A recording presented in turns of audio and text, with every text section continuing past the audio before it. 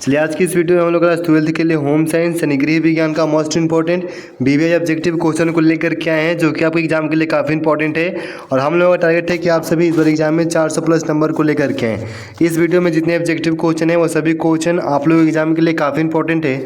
आप लोगों से रिक्वेस्ट है कि वीडियो को अंत तक के देखें। आज का पहला क्वेश्चन है, नगरों में पानी प्राप्त करने का स्रोत है, यानी कि नगरों में पानी पड़ने का जो स्रोत, पानी प्राप्त करने का जो स्रोत होता है वो क्या क्या होता है। बहुत ही इंपॉर्टेंट क्वेश्चन है और आप लोगों के एग्जाम के लिए काफ़ी इंपॉर्टेंट है। तो इसका सही आंसर हो जाएगा option number B, water workers. यानी कि वाटर वर्कर्स जो है ये नगरों में पानी प्राप्त करने का स्रोत है, ये आप लोगों को ध्यान में रखना है।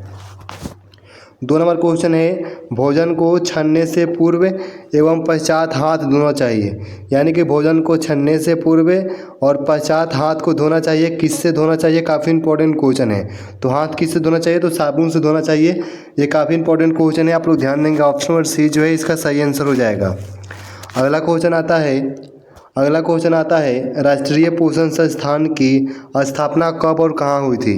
राष्ट्रीय पोषण संस्थान की जो स्थापना है कब और कहाँ पे हुई थी, ये काफ़ी इंपॉर्टेंट क्वेश्चन है, आप लोग ध्यान देंगे। तो इसकी स्थापना 1950 में लखनऊ में हुआ था। यानी कि राष्ट्रीय पोषण संस्थान की जो स्थापना है 1950 में लखनऊ में हुआ था। यह काफ़ी इंपॉर्टेंट क्वेश्चन है, सही आंसर हो जाएगा आप लोगों का ऑप्शन डी। ये क्वेश्चन आप लोग ध्यान में रखेंगे। अगला क्वेश्चन आता है, अत्यधिक श्रम करने वाले को प्रति घंटे निम्नलिखित कैलोरी की आवश्यकता पड़ती है। यानी कि अधिक जो श्रम करने वाले होते हैं उनको प्रति घंटे निम्नलिखित कैलोरी की आवश्यकता होती है। कितने कैलोरी की आवश्यकता होती है, तो उन्हें लगभग 150 से 300 कैलोरी तक की आवश्यकता होती है। तो सही आंसर हो जाएगा option number C. Option number C आप लोगों का सही आंसर हो जाएगा। अगला क्वेश्चन आता है, नरम जल में किसकी मात्रा कम होती है। यानी कि नरम जो जल होता है उसमें किसकी मात्रा बहुत कम होती है। आप लोगों को आंसर पता होता है तो अपने आंसर को कमेंट बॉक्स में देते हुए चलेंगे। तो इसका सही आंसर हो जाएगा ऑप्शन नंबर ए, नमक की। यानी कि जो नरम जल होता है उसमें किसकी मात्रा कम होती है, तो नमक की उसमें मात्रा कम होती है। ये इंपॉर्टेंट क्वेश्चन है, आप लोग ध्यान देंगे, काफ़ी इंपॉर्टेंट क्वेश्चन है। अगला क्वेश्चन है आप लोगों का 6 नंबर क्वेश्चन है, भोजन दूषित नहीं होते हैं। यानी कि भोजन जो है वो दूषित नहीं होते हैं, किसके द्वारा दूषित नहीं होते हैं, तो वो जो है किसके द्वारा दूषित नहीं होते हैं, तो भोजन तैयार करने में स्वच्छता द्वारा।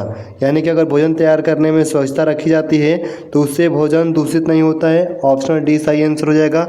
ये क्वेश्चन लगभग सभी को पता होगा। अगला 7 नंबर क्वेश्चन है, खाद्य और कृषि संगठन FAO की स्थापना कब की गई थी। ये काफ़ी इंपॉर्टेंट क्वेश्चन है। यानी कि खाद्य और कृषि संगठन जो है इसकी स्थापना कब की गई थी, काफ़ी इंपॉर्टेंट क्वेश्चन है। तो 1945 ईस्वी में की गई थी। यानी कि 1945 ईस्वी में खाद्य और कृषि संगठन की स्थापना की गई थी। इसको आप लोगों को ध्यान में रखना है, काफ़ी इंपॉर्टेंट क्वेश्चन है। अगला क्वेश्चन है 8 नंबर, टमाटर, हरी सब्जियां, आंवला, नींबू, नारंगी, गाजर, प्याज, सेव, अमरूद, अंगूर, अनानास, बंद गोभी, हरी मिर्च, शलजम, अंकुरित अनाज आदि में पाए जाते हैं। यानी कि कौन सा विटामिन पाया जाता है, ये आप लोग ध्यान में देंगे, काफ़ी इंपॉर्टेंट क्वेश्चन है। तो इनमें जो है विटामिन सी पाया जाता है। ऑप्शन नंबर ए आप लोगों का सही आंसर हो जाएगा। अगला आता है 9 नंबर क्वेश्चन है, मधुमेह में किस प्रकार का आहार देना चाहिए। यानी कि अगर किसी को मधुमेह है तो उसको किस प्रकार का आहार देना चाहिए, तो उसको किस प्रकार का आहार देना चाहिए, तो ऑप्शन नंबर ए आपका सही आंसर हो जाएगा, न्यून शर्करा युक्त आहार। यानी कि अगर किसी को मधुमेह है तो उसको न्यून शर्करा युक्त आहार देना चाहिए। ऑप्शन नंबर ए सही आंसर है। और ये इस क्वेश्चन का आंसर जो है आप लोग ध्यान में रखेंगे। अगला क्वेश्चन आता है 10 नंबर है, फलों एवं सब्जियों के पकने की क्रिया के लिए निम्न में से कौन जिम्मेदार है। यानी कि फलों और सब्जियों के पकने की क्रिया के लिए जो है कौन जिम्मेदार है, तो वो आप लोगों का जिम्मेदार होता है एंजाइम। कौन जिम्मेदार होता है, तो एंजाइम जो है वो जिम्मेदार होता है। तो सही आंसर हो जाएगा ऑप्शन डी। ये इंपॉर्टेंट क्वेश्चन है, ये क्वेश्चन एग्जाम में आया हुआ है, इसको आप लोग ध्यान में रखेंगे। अगला क्वेश्चन आता है 11 नंबर, खाद्य पदार्थों का मानक चिन्ह है। यानी कि खाद्य पदार्थों का जो मानक चिन्ह होता है वो क्या होता है, ये काफ़ी इंपॉर्टेंट क्वेश्चन है। तो खाद्य पदार्थों का मानक चिन्ह क्या होता है, तो उसका मानक चिन्ह होता है RPO। क्या होता है, तो RPO जो है वो खाद्य पदार्थों का मानक चिन्ह होता है। तो सही आंसर हो जाएगा ऑप्शन बी। इस क्वेश्चन को आप लोग ध्यान में रखेंगे। अगला क्वेश्चन आता है दूध में मिलावट को परख करने वाले यंत्र का नाम है। यानी किस यंत्र के द्वारा जो है दूध में मिलावट का परख किया जाता है, यंत्र का नाम बताना है। तो उस यंत्र को कहा जाता है लैक्टोमीटर। क्या कहा जाता है? लैक्टोमीटर कहा जाता है। इसके द्वारा ही दूध में मिलावट को परख करने वाला ये यंत्र है लैक्टोमीटर। सही आंसर हो जाएगा आप सभी का ऑप्शन नंबर बी। अगला 13 नंबर क्वेश्चन है, भोजन को बनाना चाहिए, यानी कि भोजन को जो है बचाना चाहिए। किससे भोजन को बचाना चाहिए? तो भोजन को जो है किससे बचाना चाहिए? तो मक्खियों से बचाना चाहिए। किससे बचाना चाहिए? मक्खियों से बचाना चाहिए। ऑप्शन नंबर ए जो है आप लोगों का सही आंसर हो जाएगा। अगला 14 नंबर क्वेश्चन आता है, सुरक्षात्मक पौष्टिक तत्व है, यानी कि सुरक्षात्मक जो पौष्टिक तत्व है वो क्या है? तो वो क्या है? तो वो है विटामिन, यानी कि ऑप्शन नंबर डी, यानी कि सुरक्षात्मक जो पौष्टिक तत्व है वो क्या है? तो विटामिन है। ऑप्शन नंबर डी सही आंसर है। ये काफ़ी इंपॉर्टेंट भी क्वेश्चन है। अगला क्वेश्चन आता है 15 नंबर, ऊर्जा उत्पन्न करने वाले पोषक तत्व हैं, यानी कि ऊर्जा उत्पन्न करने वाले पोषक तत्व कौन है जिससे ऊर्जा की प्राप्ति होती है? तो इसका सही आंसर हो जाएगा ऑप्शन नंबर ए कार्बोहाइड्रेट। ये क्वेश्चन का आंसर ध्यान में रखेंगे, यानी कि ऊर्जा उत्पन्न करने वाले पोषक तत्व हैं तो कार्बोहाइड्रेट है। ऑप्शन नंबर ए सही आंसर है। अगला क्वेश्चन आता है 16 नंबर, सर्वाधिक ऊर्जा उत्पादक आहार है, यानी कि सर्वाधिक जो ऊर्जा उत्पादक आहार है वो कौन है? तो वो आप लोगों का है कौन? अनाज है। देखिए अनाज से सर्वाधिक ऊर्जा उत्पादक आहार है, तो सही आंसर हो जाएगा ऑप्शन नंबर ए। इसका आंसर आप लोग ध्यान में रखेंगे। अगला 17 नंबर क्वेश्चन आता है, निम्न में कौन शरीर की आधारशिला कहलाता है, यानी कि निम्न में कौन जो है शरीर की आधारशिला कहलाती है? तो वो कहलाती है कौन? तो ऑप्शन नंबर बी प्रोटीन, यानी कि प्रोटीन को शरीर की आधारशिला कहा जाता है। ऑप्शन नंबर बी सही आंसर है। इसको ध्यान में रखेंगे, काफ़ी इंपॉर्टेंट क्वेश्चन है।